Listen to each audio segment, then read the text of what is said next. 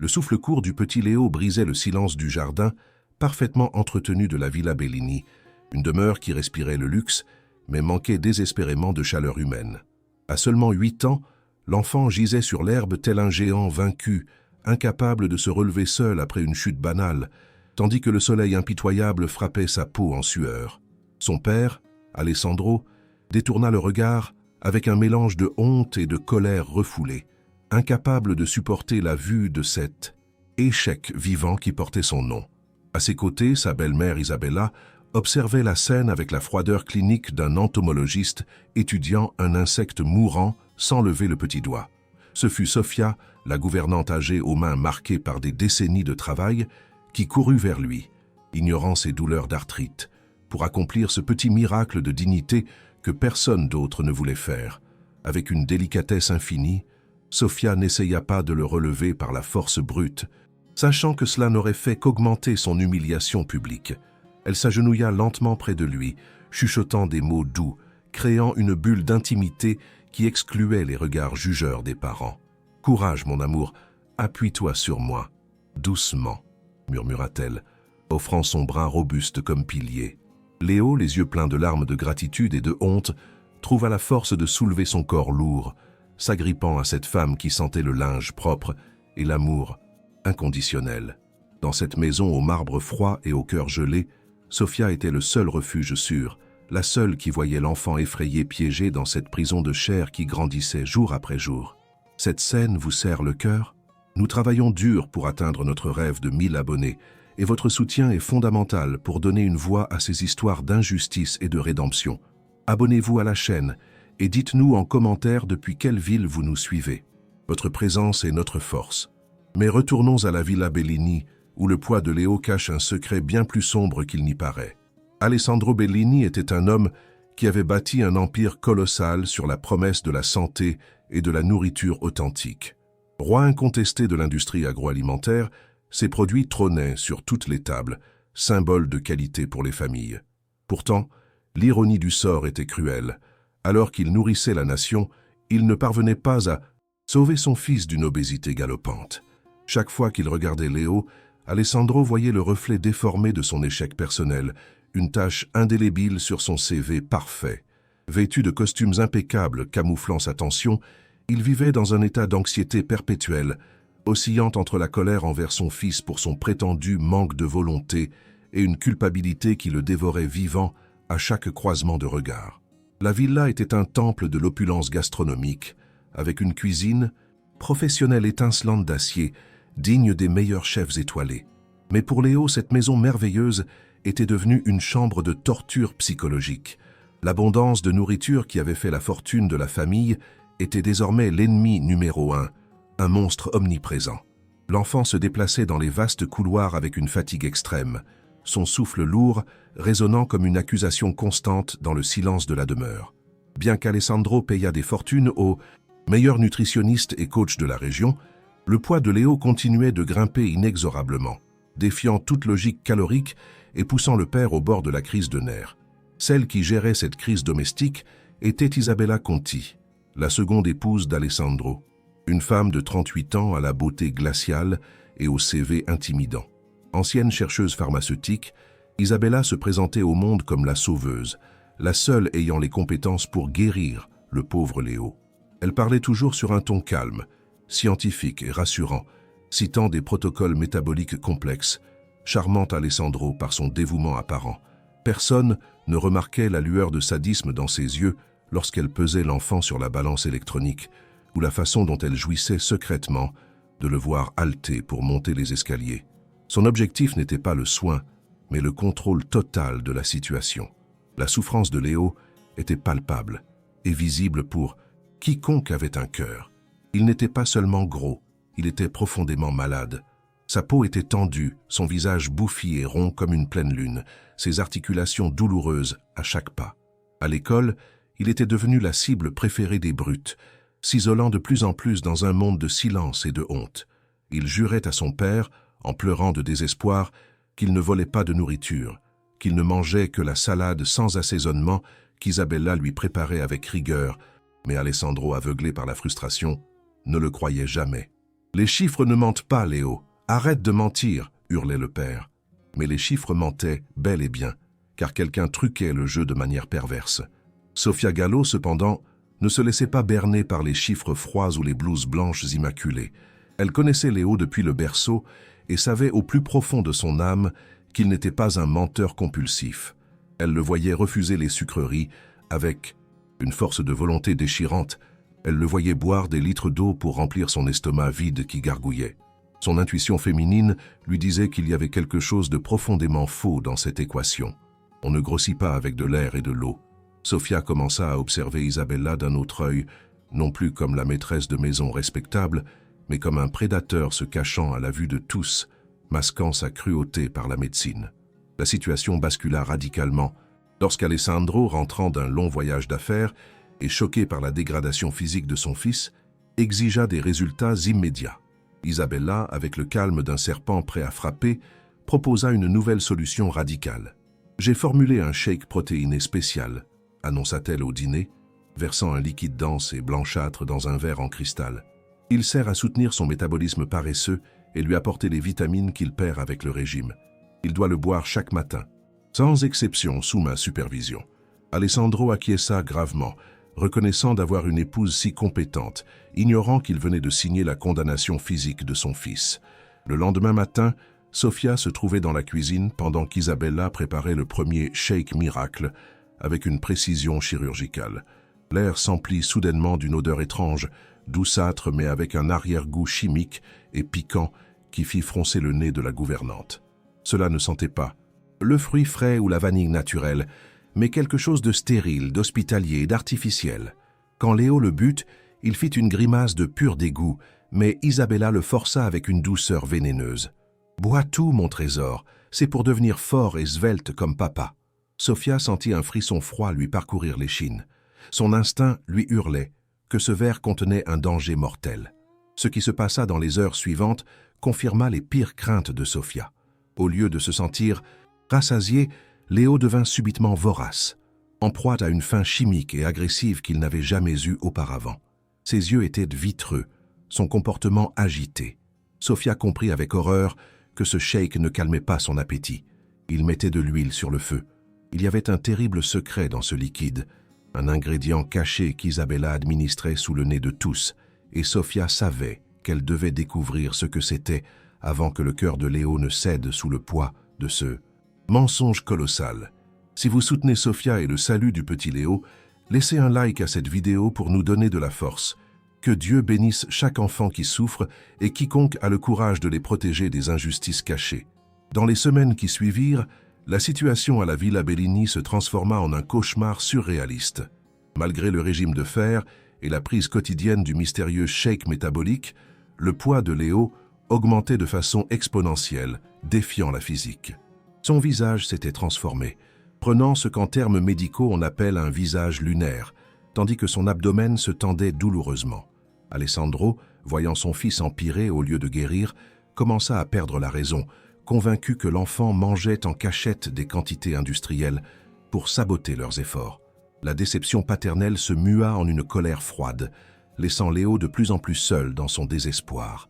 Isabella alimentait ce récit avec la maestria d'un marionnettiste cruel. Elle semait de fausses preuves dans la maison. Papier de chocolat sous le lit de Léo, miettes dans ses poches, pot de pâte à tartiner vide dans l'armoire. Quand Alessandro trouvait ces indices, sa fureur éclatait. « Je paie les meilleurs soins du monde et tu me remercies en volant comme un voleur » hurlait-il contre l'enfant qui pleurait en jurant son innocence. Isabella intervenait toujours de sa voix douce et toxique. « Ne crie pas, mon amour. C'est la pathologie qui parle. Les accros à la nourriture sont des menteurs compulsifs. Nous devons juste augmenter la dose du supplément pour bloquer cette faim nerveuse. » Mais Sofia, qui vivait dans l'ombre et observait tout, savait que ces accusations étaient fausses. Elle contrôlait le garde-manger, elle faisait la lessive, et elle savait que Léo n'avait pas accès à cette malbouffe. Elle commença à noter une corrélation effrayante. La faim nerveuse dont parlait Isabella se déclenchait toujours environ 1 heure après que Léo ait bu le shake matinal. Ce n'était pas une faim normale, c'était une voracité chimique incontrôlable. L'enfant tremblait, avait des sueurs froides et implorait de la nourriture comme un drogué en manque. Sofia comprit que ce liquide blanchâtre n'était pas le remède, mais le déclencheur d'un désastre métabolique induit artificiellement. Un après-midi, alors qu'Alessandro était en réunion et que Léo dormait épuisé, Isabella sortit chez le coiffeur, laissant son bureau privé sans surveillance.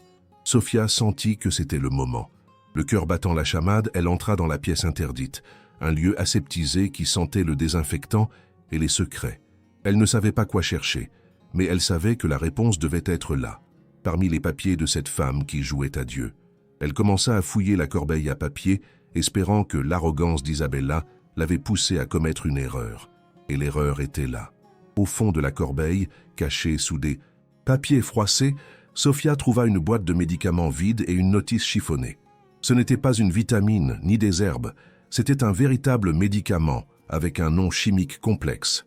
Les mains tremblantes, elle sortit son vieux smartphone, prit plusieurs photos nettes de la boîte et de la notice, s'assurant de capturer chaque détail avant de tout remettre en place exactement comme elle l'avait trouvé.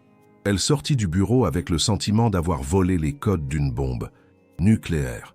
Réfugiée dans sa petite chambre de service, Sofia tapa le nom du médicament sur Google. Ce qu'elle découvrit lui glaça le sang. Le médicament n'était pas pour maigrir. C'était un puissant corticostéroïde synthétique, utilisé pour des inflammations graves. Parmi les effets secondaires principaux figuraient prise de poids rapide, rétention d'eau sévère, visage lunaire, augmentation démesurée de l'appétit. C'était la description exacte de ce qui arrivait à Léo. L'horreur de la découverte fut paralysante. Isabella ne se trompait pas de traitement. Elle empoisonnait délibérément l'enfant avec des stéroïdes à haute dose. Elle pompait des hormones dans le corps d'un enfant de 8 ans pour le faire gonfler comme un ballon, altérant son métabolisme pour en faire un monstre obèse aux yeux de son père. C'était un plan diabolique. Détruire l'image et la santé de Léo pour l'isoler et s'assurer le contrôle total sur Alessandro. Sofia couvrit sa bouche pour étouffer un cri de rage. Cette femme n'était pas médecin, c'était un boucher avec un diplôme. Mais Sofia savait qu'une photo et une recherche Google ne suffiraient pas. Si elle allait voir Alessandro avec des suppositions, Isabella la détruirait avec sa dialectique médicale. Elle avait besoin d'une preuve physique, irréfutable. Elle devait prouver que ce médicament spécifique était dissous dans le shake que Léo buvait. Elle avait besoin d'un échantillon du poison. Elle se souvint de son neveu, Marco, technicien de laboratoire à l'hôpital. Il pourrait analyser le liquide et lui donner la preuve scientifique pour incriminer la belle-mère. Le plan était risqué. Isabella préparait le shake et ne le laissait jamais sans surveillance jusqu'à ce que Léo ait tout bu. Sofia devait trouver un intervalle de quelques secondes pour subtiliser une partie du liquide. Le lendemain matin, la tension dans la cuisine était palpable. Isabella mélangeait la poudre blanche dans le jus. Sofia feignait de nettoyer la cuisinière, observant comme un faucon. Soudain, le téléphone d'Isabella sonna dans le salon. La femme souffla, posa le verre sur le comptoir et sortit pour répondre en criant « Ne touchez à rien !» C'était l'occasion d'une vie. Sofia sortit de sa poche une petite seringue sans aiguille et un flacon qu'elle avait récupéré. D'un mouvement fluide, elle aspira une quantité du liquide dense et la transféra dans le flacon, le cachant dans son soutien-gorge. Avec sang-froid, elle compléta le verre avec une goutte d'eau et mélangea. Quand Isabella revint, Sofia polissait l'évier d'un air innocent, le cœur battant si fort qu'elle craignait d'être entendue. Cet après-midi-là, sous prétexte d'aller au marché, Sofia courut à l'hôpital et donna le flacon à Marco. « Je t'en prie, c'est une question de vie ou de mort, dit-elle. Dis-moi ce qu'il y a dedans. » Marco promit de faire l'analyse pendant sa garde de nuit. Sofia retourna à la villa, se sentant comme un soldat venant d'amorcer une mine. Maintenant, il ne restait plus qu'à attendre. Le message de Marco arriva le lendemain matin, pile à l'heure du petit déjeuner. Le téléphone de Sofia vibra. Elle se cacha dans le garde-manger pour lire. Le texte était court et dévastateur. « Tante, c'est de la folie. Ce n'est pas un supplément. C'est de la dexaméthasone pure à très haute concentration. De la cortisone. Une dose de cheval. Celui qui prend ça risque un effondrement surrénalien. Arrête tout. » Sofia ferma les yeux et prit une grande inspiration. Elle tenait la preuve. Il était temps de servir le petit déjeuner et avec lui la justice. Elle sortit du garde-manger avec le téléphone d'une main et le rapport imprimé de l'autre. Elle entra dans la salle à manger où Isabella s'apprêtait à tendre le verre mortel à Léo. Alessandro lisait le journal, ignorant que sa vie était sur le point d'exploser. Sofia savait qu'elle serait licenciée, peut-être poursuivie, mais en voyant le visage bouffi de Léo, elle comprit qu'elle n'avait pas le choix. C'était le moment de vérité. Elle s'avança vers la table, prête à déchaîner l'enfer pour sauver un ange. La scène devant Sofia était un tableau de désespoir. Alessandro grondait Léo car l'enfant, poussé par la faim chimique, avait demandé plus de pain. « Tu viens de manger, Léo? N'as-tu pas une once de dignité ?»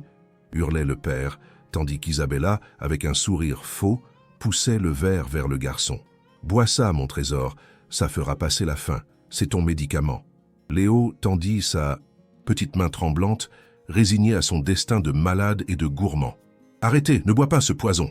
Le cri de Sofia déchira l'air comme un coup de tonnerre. La gouvernante courut vers la table et arracha le verre des mains de l'enfant d'un geste violent, renversant une partie du liquide sur la nappe immaculée. Le silence fut assourdissant. Alessandro bondit sur ses pieds, rouge d'indignation. « Sofia, es-tu devenue folle? Comment oses-tu arracher la nourriture de mon fils? Sors, d'ici tout de suite ou je jure que... » Mais la gouvernante ne recula pas. Elle resta là, protégeant Léo de son propre corps.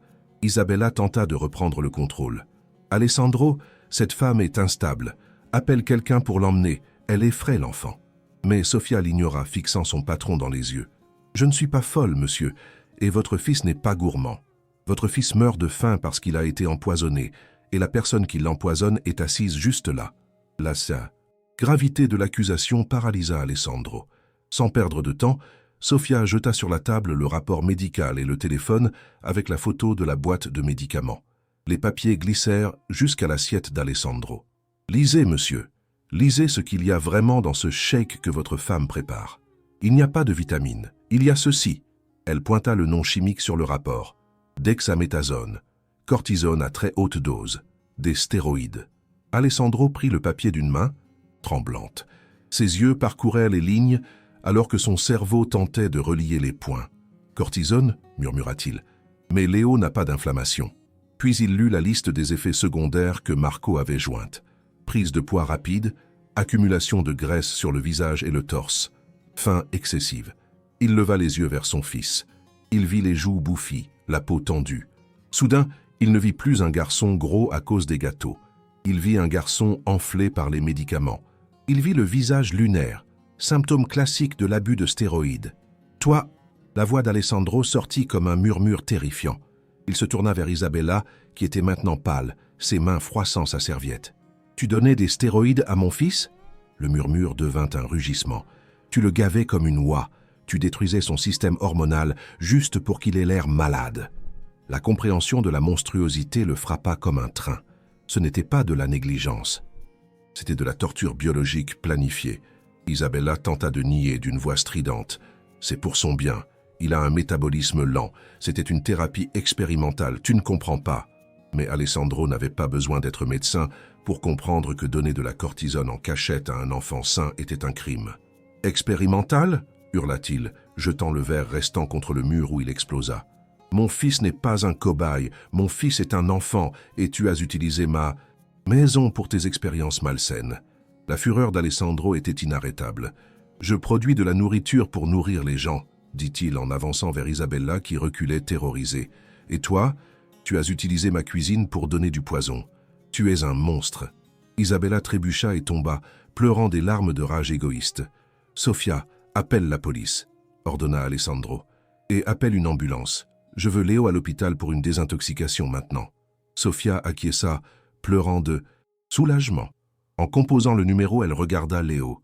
L'enfant était immobile, mais avec une nouvelle lumière dans les yeux. Il avait compris que ce n'était pas sa faute. Il n'était pas mauvais. Il avait été victime. Quand les sirènes arrivèrent, la villa fut envahie. Isabella fut emmenée menottée, mais l'épreuve était accablante. Alessandro regarda la femme qu'il avait épousée être emmenée comme une criminelle et ne ressentit que du dégoût. Le charme était rompu. La doctoresse parfaite avait été démasquée par une domestique qui avait osé regarder au-delà des apparences. Les ambulanciers installèrent Léo sur le brancard. Alessandro monta avec lui, tenant sa main. « Papa » chuchota l'enfant. « Alors ce n'est pas moi qui mange trop? Je ne suis pas méchant ?» La question brisa le cœur d'Alessandro, le faisant pleurer. « Non, mon amour, non. Tu es le meilleur garçon du monde. Papa a été aveugle, mais maintenant je vais prendre soin de toi. Tu vas redevenir fort, je te le promets. » Alors que l'ambulance partait, Sofia resta sur le seuil de la grande maison vide. Le silence était revenu, mais maintenant, il était propre. Elle avait tout risqué et gagné. Le monstre était en cage et l'enfant était sauf. Êtes-vous choqué par la cruauté d'Isabella? Votre interaction est fondamentale. Laissez un like si vous pensez que Sofia mérite une médaille et abonnez-vous pour ne pas manquer la finale émouvante et la renaissance de Léo. Maintenant, place au grand final. Dans Semenska. Les semaines suivant l'arrestation d'Isabella, la Villa Bellini subit une désintoxication totale. Alessandro fit vider le bureau de son ex-femme, jetant balances et manuels obsessionnels. La cuisine redevint le cœur de la maison, pleine d'odeurs de basilic. Sofia reprit les fourneaux avec joie, prête à nourrir Léo avec de la vraie nourriture, faite d'amour, pas de poudre et de mensonges. La guérison de Léo fut dure, mais constante. L'arrêt des stéroïdes exigea une surveillance, mais le corps, jeune, répondit bien. Le gonflement du visage diminua, révélant les traits doux du garçon. La faim chimique disparut, remplacée par un appétit sain. Plus de cadenas au garde-manger. Léo mangeait avec goût et s'arrêtait quand il était rassasié, prouvant à son père qu'il n'avait jamais été un puits sans fond, juste une victime. Alessandro, dévoré par la culpabilité, transforma sa douleur en action. Il cessa de déléguer la vie de son fils et devint présent. Il réduisit ses voyages, préférant marcher avec Léo au parc ou apprendre à cuisiner avec Sofia. Il découvrit que faire un plat de pâtes avec son fils valait plus que n'importe quelle fusion milliardaire. Le lien entre père et fils, qu'Isabella avait tenté de rompre, devint plus fort que jamais. Sofia cessa d'être invisible. Alessandro la voyait désormais comme la femme qui avait sauvé sa famille. Les dîners solitaires prirent fin. Maintenant, ils mangeaient tous ensemble, en riant. La gratitude d'Alessandro se mua en quelque chose de plus profond. Il commença à remarquer la beauté dans ses yeux, la sagesse de ses mains. Il comprit que la noblesse n'est pas en banque, mais dans le courage de défendre un innocent. 1 an plus tard, la transformation était complète. Léo, à 9 ans, était méconnaissable. Il avait grandi, perdu le poids des médicaments et courait dans le jardin en jouant au ballon. Mais la plus grande victoire était psychologique. Il n'avait plus peur de la nourriture. Il avait appris que manger est une joie, pas une punition. L'épilogue eut lieu dans cette même cuisine. C'était dimanche et Alessandro, au tablier enfariné, aidait à faire des pâtes maison. Alors que Léo pétrissait avec enthousiasme, Alessandro s'essuya les mains et se tourna vers Sofia. « Tu sais, dit-il ému, j'ai bâti un empire sur la nourriture, mais je n'avais jamais compris ce que signifiait nourrir quelqu'un jusqu'à ce que tu me l'apprennes. » Il prit sa main devant son fils et lui demanda de rester avec eux pour toujours. Non, comme gouvernante, mais comme compagne et mère de cœur pour Léo. Le oui de Sofia fut scellé par l'étreinte de Léo, qui se jeta dans leurs bras, les salissant de farine et de bonheur. Leur union avait été consacrée dans le feu de l'épreuve. La villa n'était plus un mausolée, mais un foyer où l'amour était l'ingrédient secret. Isabella n'était qu'un fantôme lointain, un avertissement de ne jamais se fier aux apparences au détriment de l'instinct. L'histoire se termine avec les 3 à table, devant un plat de pâtes fumant. Alessandro regarde son fils manger avec sérénité, puis la femme qu'il aime. Il a appris la leçon la plus précieuse. Avant de regarder l'étiquette ou le diplôme, regardez dans les yeux de qui est en face de vous. Et il a appris que, parfois, pour sauver ceux qu'on aime, il suffit du courage de quelqu'un qui ose analyser un shake suspect. La vérité, comme l'huile d'olive, finit toujours par remonter à la surface. Et vous, croyez-vous que l'amour peut effacer n'importe quelle erreur? Écrivez en commentaire « L'amour guérite » si vous êtes heureux de la nouvelle vie de Léo. Laissez un like et abonnez-vous. À la prochaine histoire.